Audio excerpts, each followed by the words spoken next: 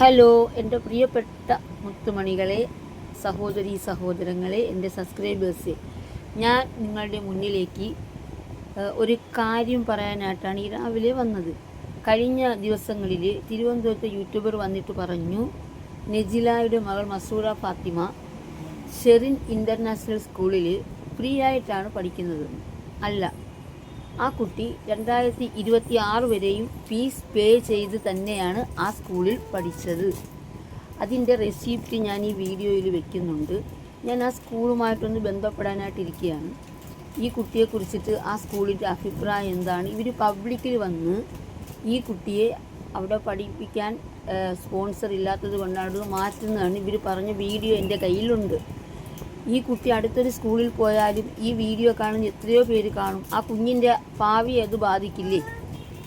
അത് അറിഞ്ഞിട്ട് തന്നെയാണ് ഇവർ പബ്ലിക്കിൽ വന്ന് ഈ കുട്ടിയെക്കുറിച്ച് പറഞ്ഞത്. ആ കുട്ടിയുടെ ഒരു വീഡിയോ എടുത്ത് ഇതിലൂടെ വയ്ക്കാൻ ഞാൻ ആഗ്രഹിക്കുന്നില്ല, കാരണം ഒരു പെൺകുഞ്ഞാണ്. അതിൻ്റെ ഒന്നും വയ്ക്കാനായിട്ട് ഞാൻ ആഗ്രഹിക്കുന്നില്ല. ആ ഫീ റെസിപ്റ്റ് ഞാൻ ഇതിൽ വയ്ക്കുന്നുണ്ട്. സ്പോൺസർ അല്ല പഠിപ്പിക്കുന്നത്, അവർ ഫീസ് അടച്ചാണ് പഠിപ്പിക്കുന്നത്. പിന്നെ എല്ലാം വന്ന് നമുക്ക് റിയാക്ഷൻ ചെയ്യാം, എങ്കിലും മാന്യമായിട്ടാണ് റിയാക്ഷൻ ചെയ്യേണ്ടത്. ഇത് ഓവറാണെന്നുള്ളതാണ് ഞാൻ നിങ്ങളുടെ മുന്നിൽ ബോധ്യപ്പെടുത്തുന്നത്. വരും ദിവസങ്ങളിൽ വേറെ ഒരുപാട് കാര്യങ്ങളുണ്ട്. ഇതിൻ്റെ സത്യാവസ്ഥകൾ ഞാൻ നിങ്ങൾക്ക് മുന്നിലെത്തിക്കും. നിങ്ങൾക്ക് ഇഷ്ടമുണ്ടെങ്കിൽ കേൾക്കുക, ഇല്ലെങ്കിൽ കേൾക്കണ്ട. എനിക്കത്രേ പറയാനുള്ളൂ. പിന്നെ എനിക്ക് യാതൊരു തലയ്ക്ക് ബോധമില്ലായ്കയും ഇല്ല.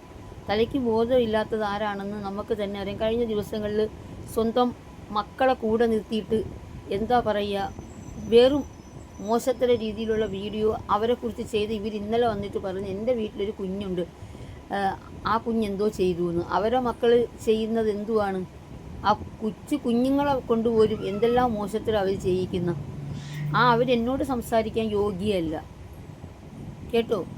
പിന്നെ അതുപോലെ തന്നെ എന്നോട് സംസാരിക്കുമ്പോൾ അവർ സൂക്ഷിച്ച് സംസാരിച്ചില്ലെങ്കിൽ അവരതിനുള്ള മറുപടി പറയേണ്ടി വരും. അത് ഉറപ്പിച്ച് ഞാൻ പറയുകയാണ്. അവരെന്തും ചെയ്യട്ടെ, ധൈര്യശാലിയൊക്കെ ആയിരിക്കാം.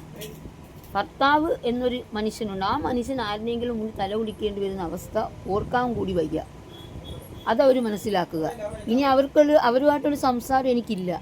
സംസാരമൊക്കെ വേറെ രീതിയിലായിരിക്കും.